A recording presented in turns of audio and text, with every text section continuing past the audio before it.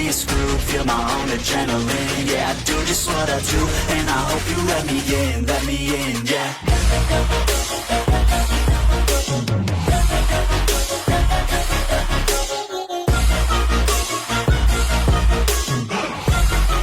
Hello and welcome back, fellow anime lovers, to Cypherfics. I am delighted to have you join us once again in the world of fanfiction and fantasy. This is the 20th part of, What If Aizen Finds BEN10 in Bleach verse. Special note, this fanfic is written and a masterpiece of Bigby the Big Bad Wolf on fanfiction.net. Do check and support the author too. Now smash the like, share and subscribe button for more. Also press the bell icon so that you never miss such great parts. Thanks for the introduction. Now let's dive into the world. Ben, snap out of it. Baragon laughed as he brushed his hands. Descending to the ground, he picked up his axe. Has the folly of defying me finally dawned on you? It is too late to beg for forgiveness now, Tennyson, not that I would forgive you anyway. I shall kill you and then I will kill Aizen. Once I have the Hogyoku and the royal key, I will claim sovereignty over Soul Society and Hueco Mundo. Then, with the power of the Hogyoku, I shall raise a grand army and claim your universe for my own. Everyone you love, your friends, your family, they will all die just as you will. My army shall feast upon the souls of all who live in your universe. Those worthless ants will cry out for the great Ben-10 to save them, but he will not come. Do you see now what you have wrought for defying me? Your universe is doomed and it is all your fault. Jetray said nothing, his eyes still holding that dazed look. You're insane. Apache cried. There was a twin boom of sonido. Both Harabel and Stark appeared beside the others, bandages around their wounds. Harabel's eyes widened when she noticed Baragon's new appearance, but then she noticed the vacant look on Jetray's face. Ben. With a yell, Diamante lunged at Baragon yet again. The overthrown ruler looked at him with as much boredom as a skeleton could muster before reaching into his cloak and pulling out one of the long crystal shards Diamante himself had given to Huecos. Baragon disappeared for a brief moment before reappearing in front of Diamante, the hand holding the shard shooting forward. Diamante froze as the shard stabbed into his body. Ah, perfect, Baragon said gleefully. I noticed shards like these scattered all over the place when I pursued Tennyson. I decided to keep one of them in the event he turned back into Diamond Head. I'm glad to see they work. Diamonds to break diamonds. With a heave of his arm, Baragon pushed Diamante away, the hollow alien flying back so far that he completely disappeared from view. Now then, Baragon said as he turned his attention back toward the others. Where were we? Baragon killed those clones of Fourarms and Swampfire, Mila Rose informed the other two Arankar. When Ben saw those two killed right in front of him. It must have been like seeing his own aliens die in front of him, Stark rationalized. And now Baragon says he's going to take the Hogyoku from Aizen to invade Ben's world, Sungsun concluded. The two Espada glared at Baragon with as much hatred as they had for Aizen. We won't let that happen. And how do you intend to stop me? Baragon asked them mockingly. Both of you together couldn't stop me now. Not that you could have stopped me before I achieved this power. The two Espada continued to glare at him, though they couldn't deny that their chances of victory were very slim. Baragon hefted his axe onto his shoulder. If seeing his aliens die in front of him brought this reaction, he tilted his head towards the still shell-shocked Jetray before turning back to his former comrades. Then I wonder what will happen when he sees you die next, Stark. Especially since you and Lillinet are one right now. Stark's finger twitched, preparing to summon as many wolves as possible. Baragon then turned his head directly towards Harabel, who tightened the grip on her sword. As for you, Harabel. I was going to kill you and your fraction as well, but I know a far better punishment for all of you. Her fraction all shifted into fighting stances, trying to maintain their defiance. Instead of killing you like Stark, I will make the 4 of you my slaves.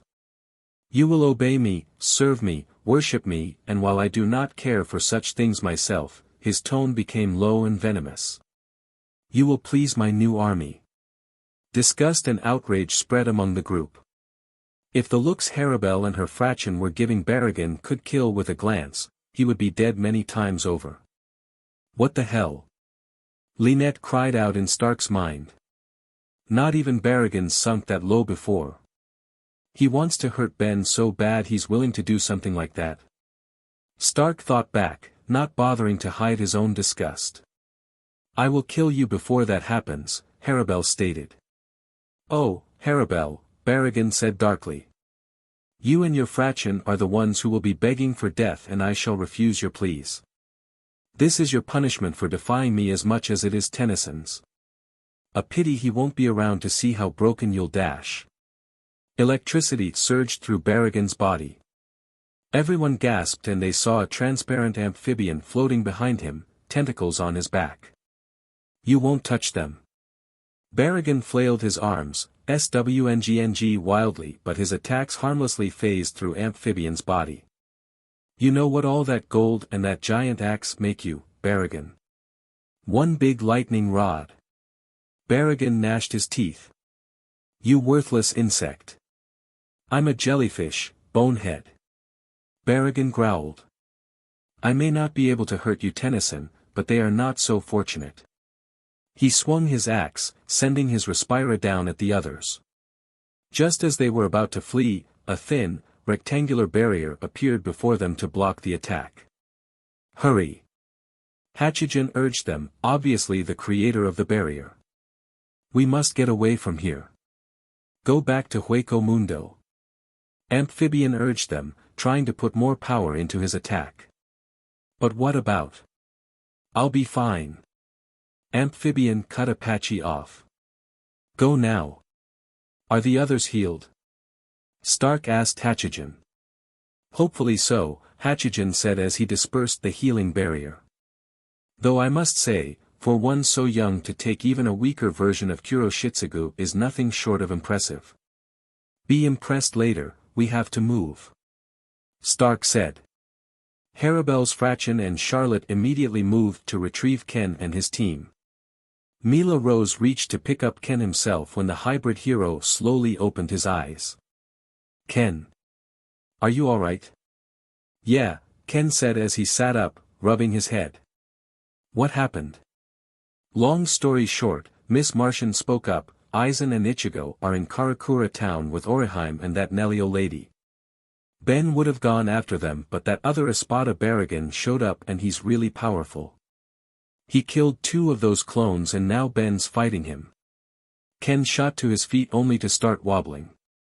Miss Martian quickly grabbed his arm and helped him regain his bearings. Easy, Ken, you're still recovering, Hachigen said gently. Ben's fighting that Barragan guy alone, Ken said. I have to help him. Barragan has power over time, Stark informed him. Not only can he slow down time around him, but he created this smoke called Respira that ages anything it touches to dust. Got it, Ken said. Sung Sun paled. There's something else. Barragan is unleashing his Respira on the entire town so he can destroy the pillars all at once. There's still some injured people scattered around like that Urahara guy, Stark said. Not to mention all the wounded with Captain Unohana, Hachigen reminded them. Will we be able to move all of them out of the town in time? Ken asked. I hope so, Hachigen told him. Look out. Everyone turned to see that the Respira had almost completely destroyed the barrier. The Aaron car scooped up the rest of Ken's team and began to flee towards Unohana's location. Suddenly, Harabel stopped. Lady Harabel. What are you doing? Apache cried. All of you, hurry back to Hueco Mundo, Harabel told them. I'm staying. What? Her fraction exclaimed. I promised Orihime Inoue that I would look after Ben, she replied. I will keep that promise. Harabel, I understand but you're no match for Barragan. Stark said firmly. I'm sorry to say this, but you'll probably just get in Ben's way.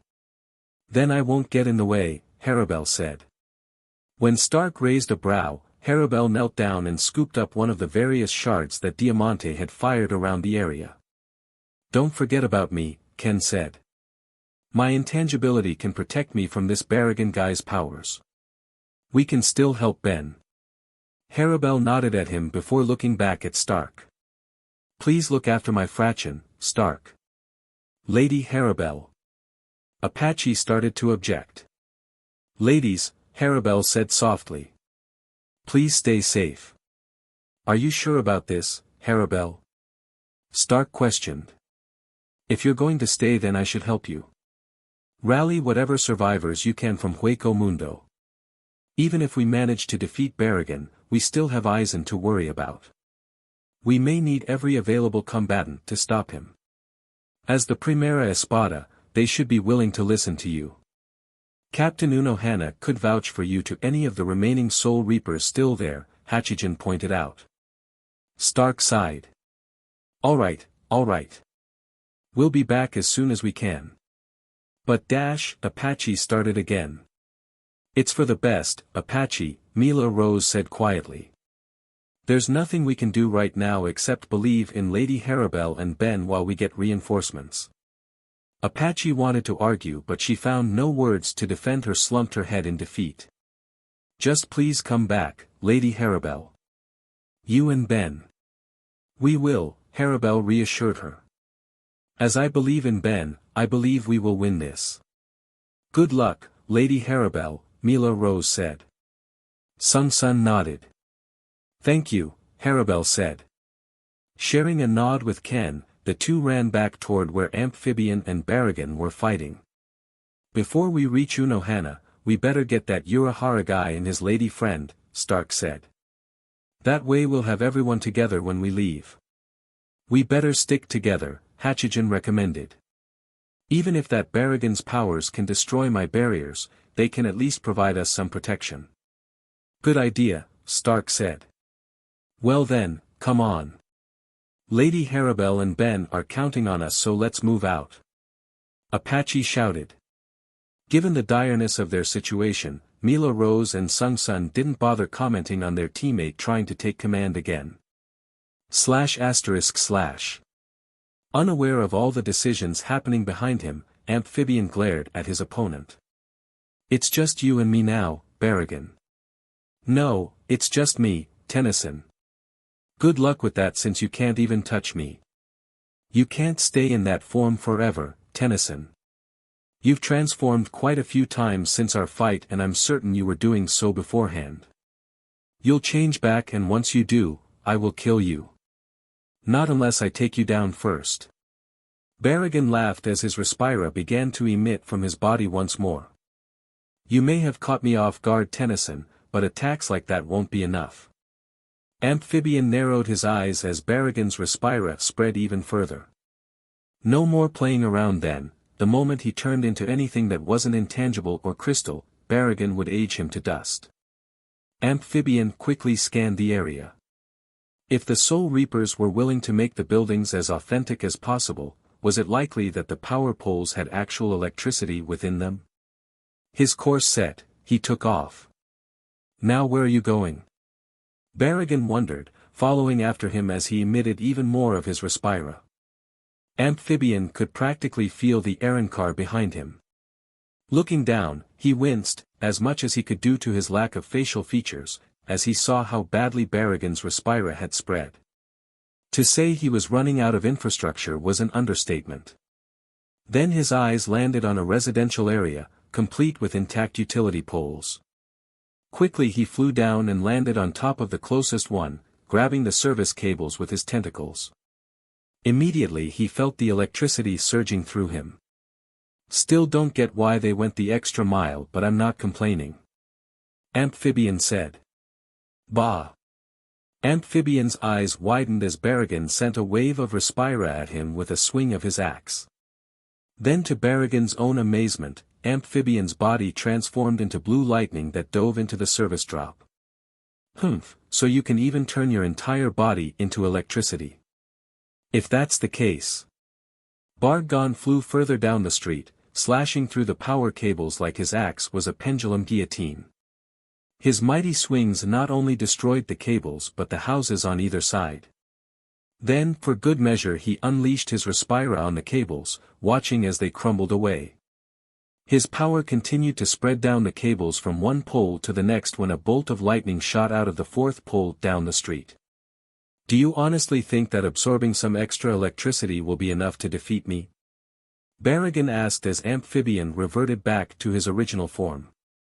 Why don't we find out? Amphibian taunted, raising his tentacles menacingly. No matter how much you absorb, your attacks will be nothing but a tickle now. Then laugh this off. Bargon yelled as he was hit by a powerful sonic scream directly at his head. Turning to face the new attacker, he saw a transparent, grinning Ken Tennyson who was beginning to descend back to the ground. Nice to know your time powers can't completely protect you when an attack is point blank, Ken said as his feet touched the road. Ken. What are you doing here? I'm not about to let you face this guy alone, Ken told his alternate father. Don't worry, I made sure to charge up before I got here. I can't believe they actually gave this fake town real electricity. I know, right? If you are both so eager to die, I will happily oblige. Sorry, but I don't plan on dying, Ken taunted. Same here.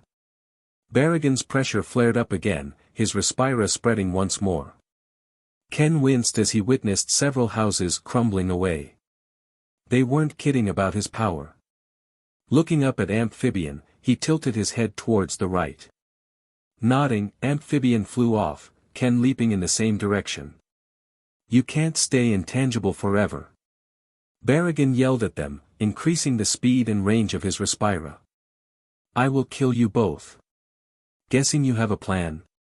Amphibian asked as he flew next to his alternate reality son.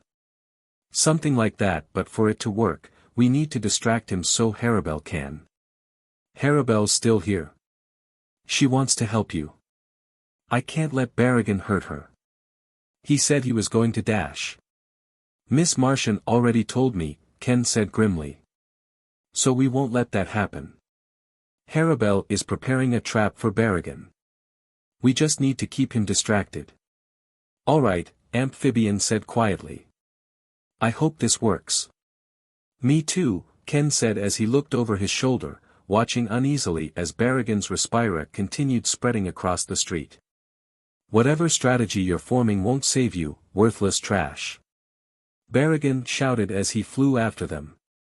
And I thought only Aizen liked to run his mouth, Ken commented. He's worse than when the hybrid were still bad guys, Amphibian added. You are only delaying the inevitable. No power you possess will defeat me. And then a light bulb went off in Amphibian's head. Possess? Ken raises his brow. What's wrong? I think I finally know how we can end this. What are you talking about? Ken urged. First, I can't let all this extra electricity go to waste. Ken, how much energy can you absorb? A lot, Ken said, completely lost. Turning tangible again, Amphibian reached out a tentacle to him. Uncertain, Ken touched the tentacle, feeling the alien's electricity flowing through him. Don't worry, Ken. I have a plan too. Sort of. What dash? Ken started to ask before Amphibian began flying back at Barragan. Oh. Come to try and face your death with some degree of dignity, Tennyson. I don't plan on dying, Barragan. Especially not to a one-trick pony like you. Amphibian mocked. What did you say?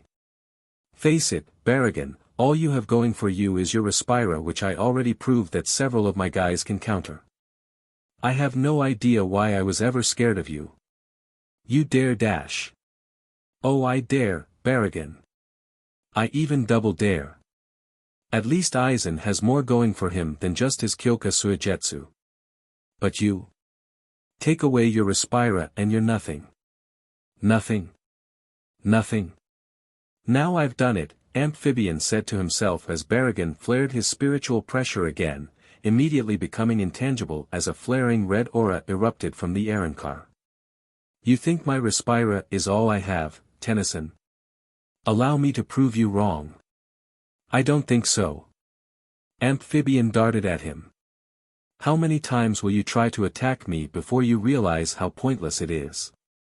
Amphibian hit the Ultimatrix dial, causing Baragon to shield his eyes with his axe. Now what have you become? Moving his axe, Baragon took in Ben's new form. Flying towards him was an alien with a gaseous appearance resembling the typical portrayal of a ghost, sporting claw-like hands and gray skin with black lines running all over him. What is this? You can turn into a ghost yourself? And what's so special about him? This. The new alien became transparent, indicating that he became intangible. Baragon braced himself for another attack, only to be stunned as the ghost-like alien disappeared inside his own body. He would have cried out but he couldn't move his mouth. Then his body started to move on its own, slowly and crudely. What is this? This is what Ghost Freak can do. Possess people. The ghost-like alien said in a low voice similar to Big Chill. Baragon's body jerked back and forth like a marionette in the hands of a novice puppeteer. Possess. Control. You kept another alien with such powers hidden this entire time. I wasn't hiding anything. I've got a bad history with this guy. So bad I avoided using him to the point that I often forgot I even had him. But desperate times call for desperate measures. Baragon screamed inside his head, his body thrashing as rage filled his mind. Ghost Freak mentally grunted as the Aeronkar's willpower clashed with his own. All that rage and hatred, it was a struggle just to hold on. So now you try to control me, Tennyson. Control a god. My willpower far exceeds yours, you pathetic human. I will not submit to you. I already knew that. What? To be fair, I was never trying to control you. Then what were you? A tidal wave crashed into Baragon, the vulnerable skeleton being tossed and turned like a capsized boat. That. Ghost Freak yelled in Baragon's mind before leaving his body. Any curses or insults Baragon was about to unleash were cut short as electricity coursed through the water. Ghost Freak looked up to see Ken, also transparent, in the water. Ken grinned as he unleashed all the voltage he had stored upon the tyrant. Baragon was so stunned that he didn't even have time to scream. Flying over to Ken, who quickly closed his mouth, the two became tangible again as Ghost Freak flew them out of the water. As they surfaced, they saw Harabel standing in the air above the water. Ken held up a hand and a mana platform similar to Gwen's formed beneath his feet. Ghost Freak would have commented on the fact that Ken could use mana too if Harabel hadn't raised her sword, making the water rise like a geyser. She slashed in an arc and the water followed, slamming back into the ground. As the water began to level out, the three spotted Baragon who was still apparently stunned.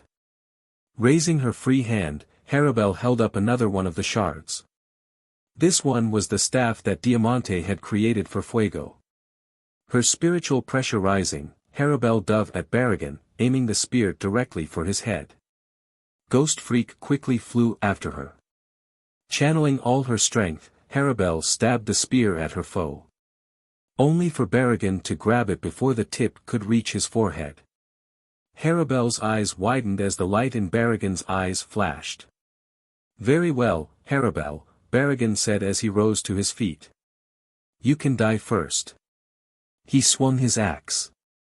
Except instead of cutting Harabel in two, it passed right through her. Baragon gawked, discovering that her body had also become transparent. Harabel herself was surprised, letting go of the shard in the process. From behind her, Ghost Freak glared at Baragon with his one eye. The baffled Aeronkar then noticed that his hand was on her shoulder. Before he could react to this development, Ghost Freak grabbed Harabel's free hand with his right and the diamond shard with his left. The shard became intangible and Ghost Freak plunged it directly into Baragon's head. He couldn't feel it but Baragon knew that at any moment. You won't kill anyone else. And with that, Ghost Freak released the shard. Guh. Barragan gasped, the spear sticking out of his forehead like some elongated horn. His body trembled and his arms fell to his sides. DDMNU, Tennyson. DMNU to hell. Silently Harabel swung her sword at the shard, her blade glowing with spiritual energy. Ghost Freak let her sword become tangible just as it was about to make contact with the shard and the spear was driven further in like a hammer and a rail spike. The spear stabbed through Barragan's head and straight out the other side, cracks forming around the top of the tyrant's skull. Feebly, Barragan started to raise his axe for one final attack. Despite being intangible, both Harabel and Ghost Freak reeled back.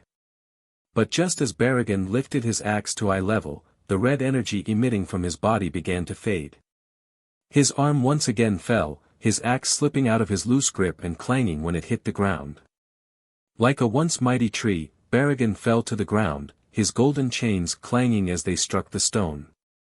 Ghost Freak and Harabel said nothing, continuing to stare at the Arrancar's fallen body. From behind them, Ken made his way to the ground on a flight of mana tiles. Is it over? He asked quietly as he stood beside them. Harabel reached out to sense his spiritual pressure. After a moment she nodded. Yes. It's over. There was a flash of green light and Ghost Freak had reverted back. Harabel looked over at Ben, his eyes still fixed on Barragan. Ben. What he wanted to do to everyone in my universe, what he wanted to do to Stark, you and your fraction. Ben turned his head towards her, his eyes locking with hers. I wasn't going to let him hurt any of you. Well, I must say that was quite a battle. The three looked over their shoulders to see Kisuke Urahara walking towards them. He still looked roughed up from his fight with Aizen but not too worse for wear. Perhaps, like the Arrancar, he hadn't bothered going all out due to Oriheim's presence. That was pretty close, I must say.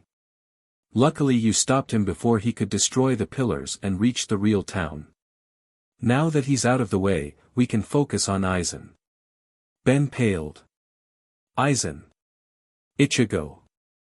We got to go now. Urahara nodded.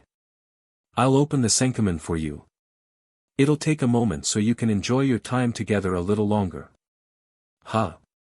Urahara simply pulled out his fan, waving it in front of his face as he looked at something between Ben and Harabel. Following his line of sight, Ben's eyes widened and his face grew warm. He was still holding Harabel's hand. Harabel's own eyes widened when she realized the same thing.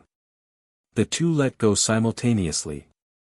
Sorry, Ben mumbled, rubbing the back of his head. Don't be, it was necessary for your powers to work on me. Harabel said quietly, averting her eyes. Come on, Urahara called, causing the two to notice that the Senkamen gates were opening. To the real Karakura town. Nodding, the two dashed to the gate. Ken ran up beside the alternate version of his father, a big grin on his face.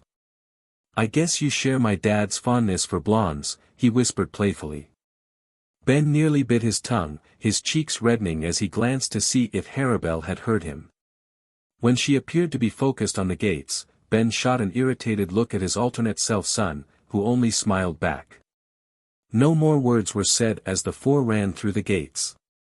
The next thing Ben knew, they were running down a dark, narrow passageway like some underground tunnel. It was slightly different from the dark void within a garganta. This is the Dangai, or precipice world, Urahara explained as they ran. It is the bridge between the human world and soul society. Soul Reapers really travel through this to get to the human world? Ben asked, looking back and forth at the dismal-looking corridor. Normally no, because Soul Reapers have hell butterflies to guide them through the Senkamen without the need to go through the Dangai.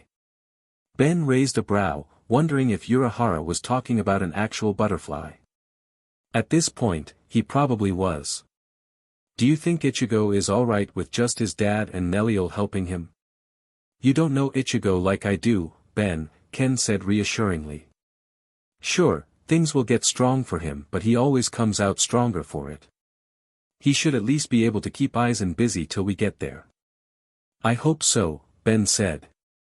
Ben, HAREM then spoke up. If worst comes to worst, will you resort to that alien again? Ghost freak? Probably.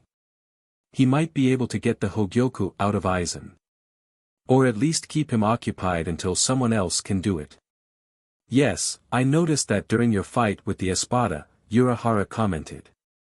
So that ghost freak allows you to possess people? Pretty much, but it was a fight just to keep Baragon distracted, let alone try to possess him. Aizen's willpower is obviously gonna be stronger, plus I don't know if the Hogyoku will give him some kind of anti-possession ability. So far Aizen's increased abilities have been physical, Urahara said thoughtfully. Though to be fair, we have mainly resorted to physical attacks against him. I don't think the Hogyoku will grant him anything to counter possession. At least, not yet. So I go ghost freak on him, you guys yank out the Hogyoku, and we take him down. Urahara chuckled dryly. You make it sound so easy. I never used ghost freak in Hueco Mundo, so Aizen doesn't know about him. He won't know what hit him. True, but we still don't know how the Hogyoku itself will react if someone tries to remove it from Aizen, Urahara pointed out. It's possible the Hogyoku will refuse to be removed from its MSTR. That makes things trickier, Ben couldn't help but admit. Look! Urahara called out, pointing with his cane ahead of them. The other three saw a faint light in the distance. Hurry! Hitting the Ultimatrix dial, Ben transformed into XLR8. Ready, Ken. Ready. XLR8 grabbed the half-human/half-Kryptonian and dashed toward the light, accompanied by HAREM using Sonido and Urahara using Shuinpa. They approached the end of the corridor and then everything went white. After that brief, blinding display, XRL8 saw they were in the middle of a perfectly intact Karakura town. Looking over, he didn't see any destruction or hear cries of people panicking. Had Ichigo already succeeded? Ben. Ken. Turning his head, XLR8 saw Orihime running towards him, followed by Neliel. Behind them was Ranjiku Matsumoto. If that wasn't a shocker, then the fact that Jin was lying on the ground beside her sure was. Jin laughed weakly when he spotted them. So you managed to take care of Baragon after all, huh? Guess Aizen's acknowledgement was right on the money. Where's Aizen? Where's Ichigo? Ichigo took Aizen away from the town so nobody would get hurt, Orihime said. HAREM closed her eyes and reached out with her pesquisa. She frowned as she felt an all-too-familiar, currently unpleasant power coming from the distant mountains. And yet, something's wrong. I can sense Aizen, but I can't sense your friend. While we were traveling in the precipice world, Neliel said, Ichigo's father had him learn something he called the final Getsuga. I don't really know what it is since Orihime and I had gone ahead to try and stall Aizen. But when Ichigo came back he was taller, had longer hair, and we couldn't sense his spiritual pressure anymore. Huh. I wonder what this final Getsuga is, Ken mused as he cupped his chin. Then he noticed Urahara had a bleak look on his face. Urahara? Everyone jumped as the ground shook and a colossal pillar of light so huge it looked like it was right next to the town shot into the sky. Ichigo might still need help. We'd better hurry. Good idea, XLR8 said, turning towards his Arrancar friend. Lead the way, HAREM. HAREM nodded. Before you go, Jin hissed in pain. Ranjiku looked at him worriedly but he focused his attention onto Ben. There's something you need to know. Removing the Hogyoku will be harder than you think. Urahara narrowed his eyes. What do you mean by that? Jin laughed weakly. I thought I had finished off Aizen and took the Hogyoku from him. You did? XLR8 questioned. Now it was HAREM's turn to narrow her eyes. You tried to kill Aizen and claim the Hogyoku? You were trying to overthrow him this whole time? Jin smirked despite the pain he was in. I never cared about any of that. The entire time there was only one thing I wanted, to kill Aizen. Harem, XLR8, and Ken all widened their eyes. Urahara had a contemplative look on his face. The entire time, none of us ever suspected. Harem said quietly. We were always wary of you, for none of us could guess your motives. For we never would have thought. Not bad acting, huh? Jin leaned against the slab he was resting on. I think that kid can handle it on his own now, but having some backup wouldn't hurt. Anything to take that BSTRD down once and for all. But look, when I took the Hogyoku from him, it just went back to his body. He struck me down and probably would have finished me off if those two, he nodded at Nelio and Orihime, hadn't shown up and saved me despite everything I've done. Jin. Ranjaku said, kneeling down beside him. XLR8 was about to speak when black, white, and blue energy jutted through the air like lightning from the same spot the pillar had come from. The group stared as the energy began swirling into a vortex. Orihime put her hands over her heart as she looked at the spot in concern. Ichigo. Don't worry, Orihime, XLR8 said as he grabbed Ken again. We'll bring Ichigo back. He took off to the direction of the light accompanied by Harem and Urahara. The moment they arrived, the group was standing next to a massive crater, obviously formed by the pillar of energy.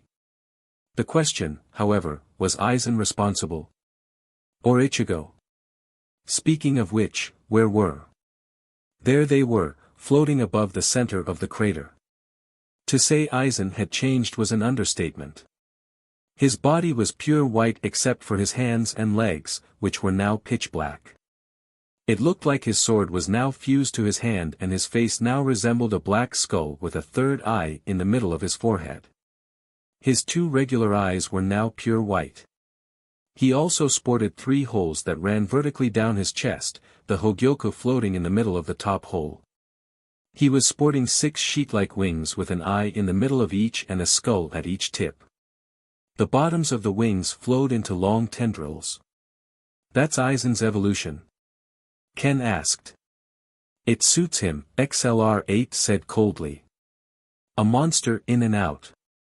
He was about to reach for the Ultimatrix dial when he saw Ichigo's own transformation.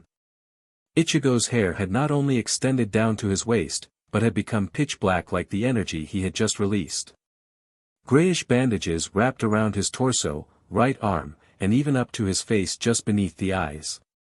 Markings that resembled black flames spread across his chest and wrapped around his left arm. The lower half of his body was covered by what looked like the tattered remains of a black cloak. To top it all off, his body looked like it was releasing black smoke, especially from his right arm. That's the final Getsuga? Ken asked in amazement. Even now, I can't sense anything from him, Harem said. Her eyes began to widen once again. Has he reached a plane of power that can't even be sensed by others? Ichigo then raised his right hand and what appeared to be a long, thin shadow formed in his hand like a blade. He started to lift it up. Get to cover. Urahara cried. XLR8 hit the Ultimatrix dial again. Back at Karakura town, Nelio and Orihime both let out a gasp as waybig appeared in the distance. Going all out from the get-go, huh? Jin said. Good idea. Ben can turn into Ultraman. Orihime cried, excitement overriding her concern. Who? Nelio, Ranjaku, and even Jin asked all at the same time. Waybig quickly dropped to his knees, shaking the ground as he did, and wrapped his arms around Harem, Ken, and Urahara as Ichigo swung his sword. A veil of darkness filled his vision, reminding the Takuster of when he first faced Tozen's Bankai. He could feel the pressure of Ichigo's attack pushing against him. He couldn't even imagine what was happening to Aizen now. Holding the others as tight as he could, Waybig braced himself against the force of the blast, squinting his eyes to avoid any significant dirt from getting in them. Then the wind became still, the pressure stopped, and the darkness seemed to lift into the sky like a black curtain. Waybig waited a moment before slowly lifting his arms away from the others. Looking to where Aizen had been standing, he saw that Ichigo's attack had created a clean cut into the ground. Ben. Is that you? Waybig turned his head to see Ichigo walking towards them. The smoky spiritual pressure was starting to fade away and the bandages that had covered his face were dissolving. Whoa, Ichigo said, taking in Waybig. I didn't know you could turn into Ultraman. Who? Waybig asked with a tilt of his head. A crash interrupted Ichigo's reply. Everyone's head snapped toward the sound.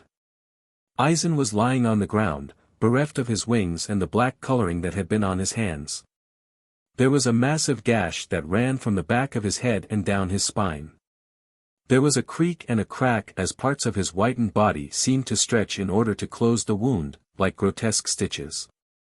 Weakly, Aizen's hand reached out and he began to push himself up. You're still regenerating? Ichigo asked, though he sounded more annoyed than anything else. He survived even that? Harem asked in astonishment. Aizen raised his head, glaring at Ichigo before glimpsing the others out of the corner of his eye. His face had somewhat returned to normal. His right eye was still white while the left had reverted back to being gray with a purple scara. A part of his right jaw was still covered by the teeth of his monstrous transformation. Not for long, Waybig said as he began to rise to his feet, cracking his knuckles. But then Ichigo's black hair immediately reverted to his short, orange hair. Said substitute Soul Reaper collapsed to his knees before starting to fall towards the ground. Luckily Ken quickly grabbed him before that could happen. That used up all your energy, huh? Ken said to his friend. Ichigo grimaced as the other bandages on his body began to fall apart. Waybig took a step forward, planting his foot between Aizen and the others. Yeah, the plan was to use Ghost Freak but there wasn't any harm in pummeling Aizen first. Aizen rose to his feet, tilting his head back to stretch his neck before glaring down at Ichigo. You've lost, Ichigo Kurosaki. I don't know, Aizen. He knocked you right out of that ugly form so I'd say that's something, Waybig sneered.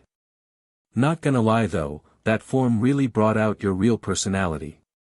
And now it's your turn to face me, Benjamin. Congratulations on defeating Barragan, though I expected you to be back sooner. Allow me to make up for it, Waybig said. Aizen raised his Zanpakuto, revealing that a decent portion of the blade had been broken off. Then to everyone's shock, it started to crumble away. Look, my Zanpakuto is disappearing. You know what that means? The Hogyoku has decided that I no longer need a Zanpakuto. I am like Ichigo Kurosaki now. I have become one with my Zanpakuto and its powers. Waybig's form became stiff. Did that mean Aizen could use his illusions at will now? He had to take Aizen down now. No, Aizen gave a maniacal smile. No, I will reach far greater heights than him now that he has lost his powers. He what? Ken and Waybig shouted at the same time.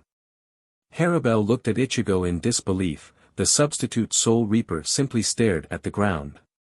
Ichigo had actually given up his powers. Prepare yourself, Benjamin Tennyson. Aizen cried. It's your turn now. Bring it on. Waybig yelled as he raised a fist, refusing to let Ichigo's sacrifice be in vain. But just as the two were about to attack, a red light shot out of the hole where the Hogyoku was planted. Aizen stumbled, staring at the light. More darts of light began piercing out of his chest, forming the shape of a cross on his chest. What is this? Aizen asked. A Kido spell. When did this dash? Well, it looks like it's finally working. Urahara walked around Waybig's foot and towards Aizen. Kisuk Urahara. Aizen glared. This is your doing. It is. I fired that Kido into you within a separate Kido, back before your metamorphosis was complete. Back when you were at your most vulnerable. Waybig thought back to when Urahara had been pelting Aizen with Kido spell after Kido spell. During that time, he had also managed to slip in another without anyone noticing. So that's when you used it, Aizen realized. It's a seal, Urahara went on. I suspected that, if you fused with the Hogyoku, killing you would be pretty much impossible. As for removing it from your body, well, one would have to be extremely lucky just to get near you, let alone try to take the Hogyoku. Plus, there was no way of knowing if you ensured that the Hogyoku couldn't be separated from you. So I developed this new Kido to seal you up. Harabel eyed Urahara, her frown deepening. If he had known all of this, why hadn't he told anyone? Especially Ben or Kurosaki. I see. I'm sorry, but it looks like I'm about to evolve even further. Aizen held up his hand, showing that his sword had now completely dissolved. You can't seal me away with a Kido of that level. The white substance that had completely coated his body shattered around his right hand. His right eye had reverted back to its original state and the teeth that covered the right side of his mouth disappeared. What is this? Aizen grabbed his face. The power I gained, it's disappearing. That is the will of the Hogyoku, Urahara told him. The seal I fired into you is finally taking effect because your power has weakened. The Hogyoku is saying that it doesn't recognize you as its MSTR anymore. Ken noticed Ichigo looked uncertain at the development, contemplating something. He was about to ask when Aizen screamed. Impossible. That can't be true. Impossible. Impossible. Harabel glared at Aizen as he staggered in disbelief. For all the pain he caused her and the ones she cared about, she could not deny some satisfaction at seeing him break down. More red lights of energy now shot out of his back, taking the shape of crude crucifixes, stabbing into Aizen. The Soul Reaper looked ready to topple over as a glowing red mass began to form around his feet, spreading up towards his head as it started to encase his body like a cocoon. Urahara Kisuk. Aizen shouted viciously, his voice raw with hatred. I despise you. With an intellect as brilliant as yours, why do you go along with the status quo? Why? Why do you take orders from that thing? That thing? Urahara asked nonplussed.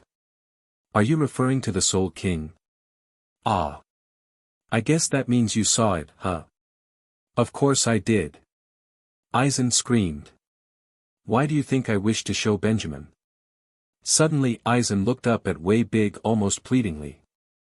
See the Soul King with your own eyes, Benjamin. You'll know I'm right. If Urahara will not listen, then it's up to you. Once you see him, you will understand. Without the Soul King, Urahara said, still calmly, Soul Society would fall apart. The Soul King is the linchpin that binds us together. Without that linchpin, everything would crumble. That's the way the world is. All that statement did was enrage Aizen, causing him to tear against the substance even as it reached his torso. On his back, some of the Kido crucifixes merged together, forming two large, gray crucifixes made of the same substance as the cocoon. That's only the reasoning of a loser. Winners do not talk about how the world is, only how it should be. BEN10. But Aizen became encased in the gray substance. Ichigo looked away, but the others were transfixed as the seal seemed to morph, stretching high into the sky until it took on the form of three crucifixes, or possible swords, stuck together at the blades. So, Ken stared up at the seal. That's it? That's it, Urahara said. Aizen is finally defeated. Green light flashed. Ben walked over to Ichigo and knelt beside him. Ichigo, did you really have to give up your powers? Ichigo nodded, eyes on the ground. Yeah. In order to use the final Getsuga, I had to become one with my Zanpakuto. I learned that it's called the final because once I used it, I would be giving up my Soul Reaper powers. Ben felt his mouth grow dry and a gnawing feeling in his stomach. I'm sorry, Ichigo. Ichigo blinked, looking at Ben in surprise. What are you talking about? You still had to worry about that Baragon guy, so we didn't really have many options left. Ben looked up at Aizen's seal. This whole time, they could have just weakened Aizen to the point that the seal would work. Getting to his feet, Ben walked over to the seal, hands in his pockets. All they had to do was wear Aizen out until the seal could take effect. If he had done something about Baragon sooner, they could have worked out a plan, they could have done something else. Ichigo shouldn't have had to give up his powers. This is all my fault, Ben said quietly, lowering his head in shame. So lost in his own thoughts that Ben was unaware that Harem had been approaching him. Having noticed the troubled look on his face, she was about to ask what was wrong when she heard his whisper. She froze in place. Ben was blaming himself. "It's not your fault," Harem said, making Ben jump when he realized she was right behind him. "You couldn't have known what Ichigo Kurosaki was going to do." "Should I have had to, Harem? If I hadn't been so stupid, I could have taken out Baragon faster and gotten back to Ichigo before he had to resort to that final Getsuga." He sighed. "I messed up and Ichigo's paying the price for it." Ben. Harem closed her eyes. It hurt her seeing Ben putting himself down like this. Ichigo Kurosaki obviously didn't blame him, so why was he doing it to himself? Her answer came when she once again remembered his words at the fake town. "If there's any sacrifices to be made, then I'll be the one to make them, not you. Do you believe you should put the weight of the entire world on only your shoulders? That if something went wrong, it had to be your fault?" Harem clenched her free fist. "No, after everything you've done, after everything you've been through, I won't let it end like this." She looked over at Ichigo, who Ken was helping sit on a large boulder for support. Even though she barely knew him, Harem did respect him. He braved Hueco Mundo with just a few friends to save Orihime Inoue and was perfectly willing to give up his powers to stop Aizen. Yet, should he have had to? Harem cast a glance at Urahara, who was still looking at Aizen's seal. Her frown deepened. Why hadn't he mentioned anything to them about the seal? They could have formed some sort of plan to weaken Aizen sooner. Was Ichigo's sacrifice avoidable? Was Urahara even the slightest bit remorseful of what he had given up? Or, was he somehow counting on it? If Kisuke Urahara could create something like the Hogyoku, surely he could come up with something to restore Ichigo Kurosaki's powers. One way or another, she was going to get answers. Aizen was finally defeated and Karakura town had been saved. Yet there was no joy, no celebration. Ben's hands were in his pockets as the group made their way back to Karakura town, having decided to walk.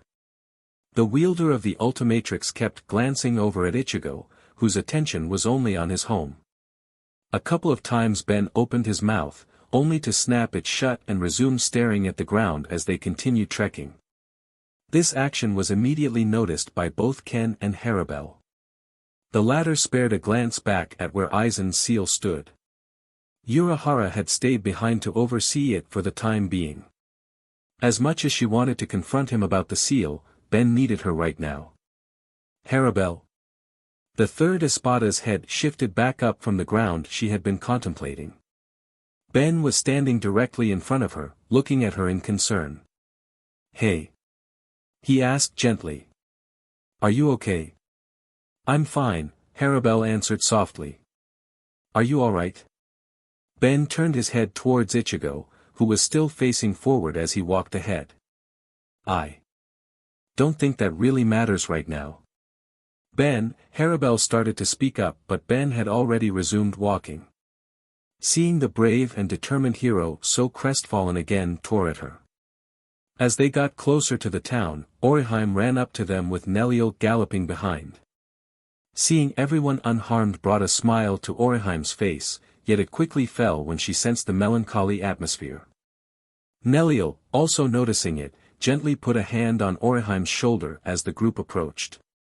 Harem didn't know how, but they would make this right. The majority of the group were all gathered around the outskirts of the town. Ichigo was sitting on a rock, staring off into the distance. Orihime and Neliel were both glancing at him. Much like Ben before her, Orihime opened her mouth quite a few times, only to backpedal before she could even make a sound. Neliel put a hand on her shoulder again, smiling as she gave the other girl a comforting squeeze. Orihime smiled back, but it slowly began to drop as she looked back at Ichigo. Ken sighed at the sight before turning his head back to the alternate version of his father. The downcast expression Ben had been sporting was replaced with an intense gaze as he stared at the ground, fist under his chin. Ken smiled, suspecting Ben was already coming up with possible ways of restoring Ichigo's powers. On that note, Ken spared a glance at Orihime, her gaze still fixed on Ichigo. Would her powers be able to restore Ichigo's? Like father, like alternate timeline son, Ben was also thinking the same thing. Another possibility was the Hogyoku. Surely Urahara could find a way to remove it from Aizen now that he was sealed. Ben's hopes were almost immediately dashed, however, as he remembered Aizen saying that the Hogyoku just brought out the power that was already inside you, or something like that. The spirit fruits were the only other option he could think of, if there was even any left by now. Everyone. The silence was finally broken by an approaching Urahara, a small smile on his face. Ichigo rose to his feet. Hat and clogs, where did everybody else go? Your other friends. They were all sent back. I think they wanted to talk to you, but saw you might not be in a talking mood right now. Ichigo felt his body stiffen. Don't tell me you erased their memories. Ben blinked at the revelation and might have commented if Urahara hadn't answered. No, I didn't tamper with their memories this time. Ichigo felt himself relax, smiling. That's good. I don't want to keep this a secret to them anymore. When I go back, I'll tell them myself. Can I help? Orihime finally spoke, smiling shyly as Ichigo turned to her in surprise. In no way Orihime, Ichigo had flinched when he saw Neliel narrow her eyes at him. Once he called his friend by her first name, the Arrancar nodded in satisfaction. You don't have to. Please, Ichigo. After everything you've done for us, I want to help. Ben looked back and forth between the two. Ichigo sighed and smiled. Okay, Orihime. Orihime smiled back and the mood seemed to have lifted, if only by a little. Was there something going on between them? That reminds me, Aizen was taken to the yoriichi along with Jin, Urahara announced, gaining everyone's attention again. The Central 46 will decide their fate soon. Will they try to find a way to remove the Hogyoku? Everyone turned to Ben now. Taken aback by his question, Urahara scratched the back of his head. Strong to say. If Jin's words are anything to go by, removing it is easy. It's keeping it away from Aizen that's the tricky part. But didn't the Hogyoku reject him as its MSTR? Ken questioned. All the more reason to keep it inside Aizen where it'll be relatively safe. Urahara stated. The only sentence I can think of with both Aizen and the word safe in it, Ben couldn't help saying as he crossed his arms. Is safe from Aizen. I know what you mean, but if the Hogyoku is fused to someone who it no longer serves, it'll prevent anyone else from trying to become the Hogyoku's MSTR. But why not let me reject it then? Orihime volunteered to Urahara, her fists clenched in determination. Urahara's expression softened and his smile returned, albeit melancholic. Thank you, Orihime, but you've been through enough on account of Aizen. Harabel frowned.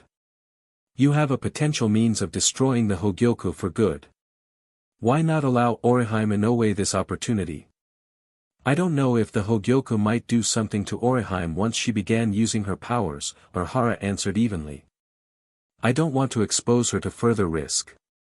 Better to leave it with its rejected MSTR. Harabel furrowed her brow at Urahara but said nothing.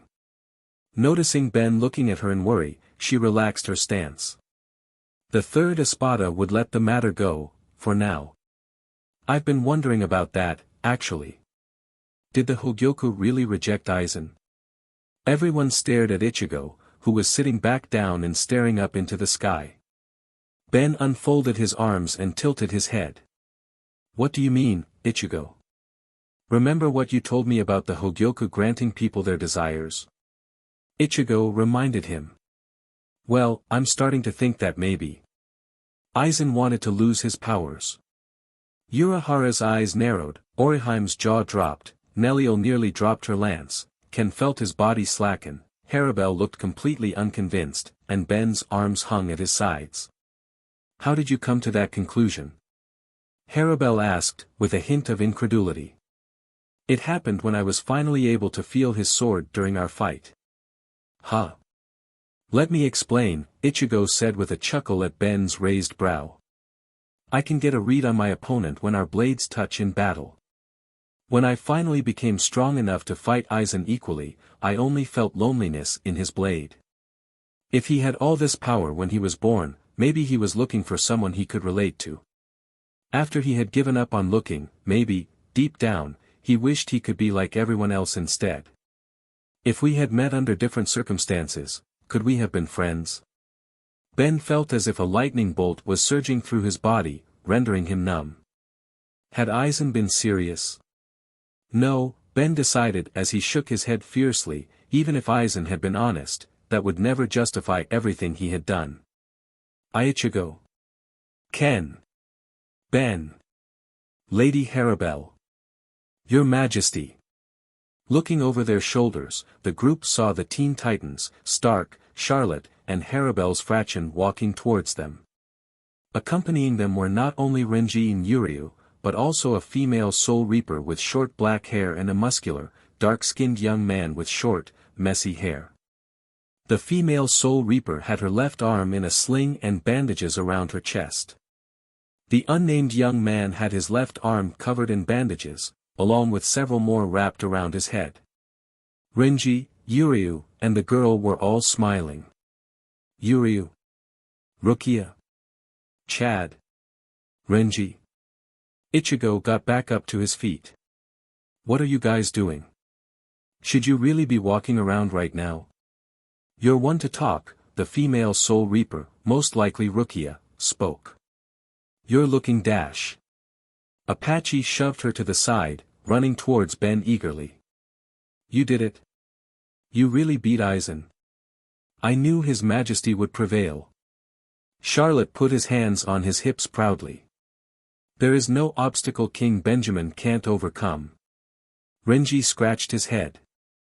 That reminds me, what's with all this King Ben stuff? It's a long story but I can't take credit for beating Aizen. All the newcomers were taken aback by the hero's solemn tone. Ichigo was the one who dash. Ben. Nearly choked on his words when Ichigo suddenly collapsed face first to the ground. All of Ichigo's friends paled, gathering around their friend and screaming his name in concern. Ichigo's body seemed to convulse, grasping his throat as if he was choking. Struggling for breath, Ichigo's eyes seemed to grow twice their size as he howled in agonizing pain. Ichigo. Oriheim, Rukia, and Neliel all screamed. Oriheim's eyes were watering and Neliel's weren't far behind. What's wrong with him? Yuryu asked Urahara, not bothering to hide the panic in his voice. Ichigo's body is reacting to the loss of his Soul Reaper powers. What? Urahara lowered his head as those who hadn't witnessed the final battle stared at him, shock and disbelief on all their faces. In order to counter Aizen's new power, Ichigo used a technique called the Final Getsuga Tensho, the Soul Reaper explained softly. It gave him the power to fight Aizen, at the cost of giving up his powers at the end. Ichigo, Rukia whispered, staring down at her convulsing friend. Seeing Ichigo like this, it was bad enough that he would have to lose his powers but for him to literally suffer for it. Ben felt that a stab to the chest would be nothing compared to what he was feeling right now. Which in itself was a poke compared to the pain Ichigo was in. How could you let this happen? Ben winced before raising his head to stare in the blazing eyes of Renji. Hey, back off! Apache yelled as she, Mila rose, and Sung Sun crouched, prepared to attack. Renji. Rukia snapped at him. No, if he was as powerful as everyone built him up to be, then Ichigo shouldn't have had to give up his powers to stop Aizen. Renji rounded on Ben. So what happened? It wasn't his fault. Orihime interjected. One of the other Espada, Baragon, had another form like Ulquiorra did and was going to kill everyone. Ben was the only one who could stop him. He didn't know what Ichigo was going to do, none of us did. Yuriu's eyes widened at Ulquiorra's name, but Renji was too busy fuming to notice. Well, maybe if he wasn't stupid enough to fall for Aizen's lies in the first place, we wouldn't even be in this situation. No matter how you look at it, this is all his fault. Knives couldn't cut deeper than Renji's words were. That's not fair. Aizen deceived all of us for years and we never knew any better. Rukia argued. Renji, I know you're upset, but that sounds like the kind of thing Ichigo would do. You know how he acts, like he has to do everything on his own. If anyone is to be blamed, then that would be me. Harem stepped forward, standing between Renji and the wielder of the Ultimatrix. Harem, don't. Ben said firmly. Harem's glare was fixed on Renji. I hid Aizen's true intentions from Ben. Ichigo Kurosaki losing his powers is my fault, not his. Take your anger out on me if you wish. Her fraction gawked at their leader, Apache stammering. Lady Harem. I chose to hide Aizen's plan from Ben too, Stark said, stepping forward. Go ahead and hate me for it, but leave him alone. Alright, enough. Ken shouted, amplifying his command with his sonic powers. Look, what's done is done, there's no point in playing the blame game. What matters now is finding out what we do from here. Taking a deep breath, Ben nodded. You're right, Ken. Urahara, what can we do to help Ichigo? First things first, we need to get Ichigo help. Pick him up and follow me. Ben, Ken, Chad, Yuriu, Renji, Cyborg, and Superboy all gathered around Ichigo, who had passed out shortly after his scream. Renji said nothing as he stood beside Chad and Yuriu, putting aside any remaining hostility for the sake of his friend. Needless to say, they all picked Ichigo up with ease. Urahara made his way further into the town, the guys following immediately after him. Orihime, along with the rest of the Teen Titans, were right on their heels. Harem looked back at the rest of the gathered Arrancar. Stark was scratching the back of his head now. Charlotte was staring off into the distance, his joyous mood having completely evaporated. Harem's own fraction still seemed to be wrapping their heads over what had just happened, dazed and confused. I don't get it, Apache mumbled. We beat Aizen. We won. What just happened? I didn't know what the final Getsuga Tensho would do. If I had known, I would have done anything I could to talk Ichigo out of it. Neliel clenched her teeth so strong that Harem swore she could hear them straining. I could have convinced him to just keep Aizen at bay until Ben arrived. But Ben didn't know. That Orihime girl said as much. Is it because of what that Soul Reaper said? Is Ben blaming himself for listening to Aizen? Mila Rose questioned in worry. Originally Ben blamed himself for not making it here in time. After what that Soul Reaper said, however, I would not be surprised if Ben agreed with him. A snarl hissed through Apache's teeth. That BSTRD. All we can do now is try to find a way to make up for our mistakes. Nodding at the Primera Espada, the rest of the Arrancar followed after the others. Urahara led them to a small shop near a lot in the town. They would have made quite the sight, but the shop owner explained that the entire town had been put to sleep before being swapped with the fake town. He slid the door open before standing aside to let the group carry Ichigo inside. Ben noticed shelves of various candies but paid them no mind as Urahara maneuvered around them. He weaved through the store till he led them to a small room with a round table. Urahara walked into a closet and pulled out a futon. All right, he said after laying the futon out. Due to the cramped nature of the room, Ken and Superboy were the ones to bring Ichigo into the room and gently place his body on the futon. What now? Cyborg asked. I'm assuming the time lapse he experienced while spending 3 months in the precipice world will start to reverse on him. 3 months. Renji exclaimed. That's why his hair was so long. Urahara nodded. While his Soul Reaper powers are gone, he still has some remaining spiritual energy. Soon it should stabilize and eventually wake him up. Once that happens, all his remaining spiritual powers will disappear. How long will that take? Chad questioned the shop owner. Difficult to tell. Days? Weeks? Months? There must be a way to restore his powers, Harabel spoke up, the crowd parting as she made her way inside. The third Espada looked Urahara square in the eye. Surely someone as brilliant as you has experimented with the possibility of restoring Soul Reaper powers. Without a word, Oriheim entered the room and knelt down beside the futon, casting her shield over Ichigo. She closed her eyes in concentration and everyone held their breaths. As the seconds passed, however, Oriheim started to squeeze her eyes tighter and nearly bit her lip. After a minute passed, Oriheim dispersed the shield and hung her head. It's not working. But why? Why isn't it working? Apache called from the hallway. There are numerous possibilities as to why, Urahara answered. I highly suspect it's her inexperience, but the bottom line is that Oriheim's unable to restore Ichigo's powers. Oriheim dug her fingers into her knees. Rukia walked into the room and knelt down beside her. Ben could feel his gut starting to wrench at how defeated she looked. What about the spirit fruits from the oasis? Can they do anything? The what? Ben created food enriched with spiritual energy, that can not only replenish the eater's own but increase their spiritual pressure, Yoriichi spoke up. If any of them still remain, can they restore Ichigo's powers? I mean, Barragan said eating them was how he got that segunda etapa form, Ben added, unable to suppress a rising feeling in his chest.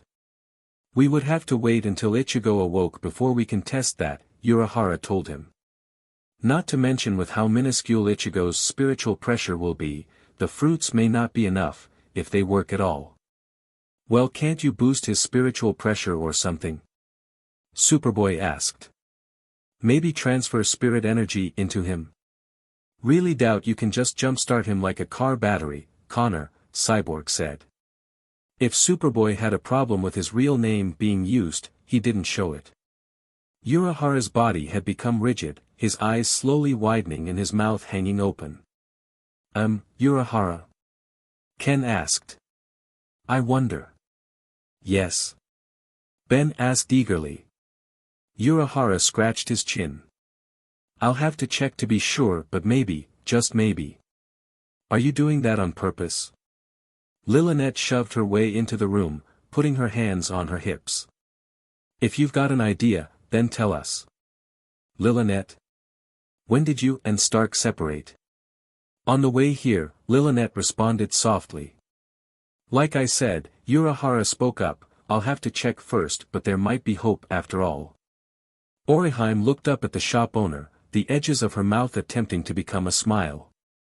Rukia was not that far behind. In the meantime, I suggest keeping an eye on Ichigo just to see if any unexpected developments happen. Chad nodded. We will. Is there anything I can do to help? Ben asked as Urahara started heading towards the door. There's nothing I require at the moment, Urahara said before shooting the hero with an apologetic glance. Unfortunately, I do have a bit of news I was saving until after Ichigo was taken care of. The 13 court guard squads wish to speak with you in the future. Everyone was staring at Urahara now. Most likely they want to hear your side of things and what you plan on doing now that Aizen has been defeated. I might have also suggested that, considering how many Arankar support you, talking could be beneficial to both Soul Society and Hueco Mundo. A peace treaty between Soul Society and Hueco Mundo? Everyone began sharing glances with each other, even the Teen Titans. Incredulity was the most prominent expression, but Ben could make out a gleam of hope in the eyes of Harabel and her fraction. Will they listen? He couldn't help but mention. You did play an important part in stopping Aizen. Urahara gave a brief glance at Renji, said Soul Reaper, tensing for a moment before lowering his head. At the very least they will want to hear your side of the story and see where it goes from there. That reminds me, everyone's attention was on Stark now. Who knows what state Lost No Chase is in, if there's anything left of it. You're right, Ben muttered as he remembered Kuratsuchi showing interest in the spirit fruits. Then if that's the case, I should probably come with you. Urahara had his fan out now. I can establish communications between Lost No Chase and my shop. That way I can let you know when Soul Society is ready to talk to you without dropping in unannounced. Would you let us know about Ichigo's condition in the meantime? Neliel inquired. Urahara smiled as he gave his fan a slight wave. Of course. If that's the case, we'd better get back to Soul Society too, Renji said, casting a glance at Ichigo again. Come on, Rukia. Right, Rukia rose to her feet, gently patting Oriheim's shoulder before heading towards the door. Ben, Renji said, causing Harabel, her fraction, and Lillinet to eye him warily. The Soul Reaper rubbed his head. For what it's worth, you did help, and if Baragon was as powerful as everyone said he was, you saved Karakura town from a threat just as bad as Aizen. Renji. Rukia said. So, I'm sorry I got mad at you, and thank you for your help. Ben put his hands in his pockets, trying to find the words to say. Renji, however, was already out of the room. Rukia gave Ben a polite bow and followed after him. Guess it's off to Hueco Mundo, Ben said. Can we come? Ken asked. Haven't gotten a chance to actually see Hueco Mundo and Soul Society before. Might as well look at where you've been staying all this time. He gave Ben an encouraging smile, showing his intent to support the alternate version of his father. Ben looked at the Arrancar, who all nodded their heads. Any friend of Ben's is welcome to Lost No Chase, though I'm afraid most will not be as hospitable as we are. Do not worry, we are quite capable of defending ourselves, Starfire reassured Harabel. So I have witnessed, Harabel complimented. Then come. We shall open a garganta outside. One by one, the Arrancar began piling out. Ben spared one last glance at Ichigo before following them. As he exited the room and headed towards the shop entrance, he noticed that Harabel and Neliel were still behind everyone. He looked into the room and noticed her approaching Oriheim, Chad and Yuriu eyeing her with curiosity and some reflexive caution. Oriheim Inoue. Oriheim looked up at the third espada, blinking curiously. Yes. Ichigo Kurosaki is very important to you, isn't he? Oriheim's cheeks darkened before she turned her head, gazing at her knees. Yes, she answered softly. Even though he willingly sacrificed his powers, I cannot believe such an action will be so easily shrugged off. Harabel now knelt beside the orange-haired girl. He will need someone to lean on more than ever, regardless of whether or not his powers can be restored. Chad and Yuriu looked at each other, the former coughing into his fist as they both shuffled away to leave the three ladies alone.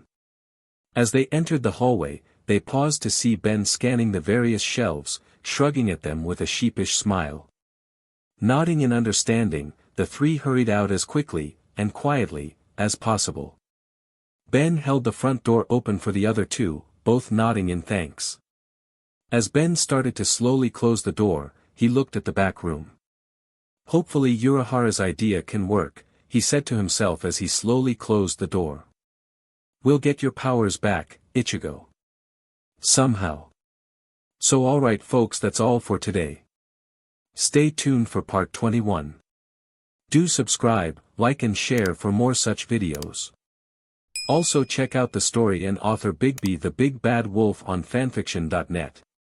Press the bell icon to be notified first on release.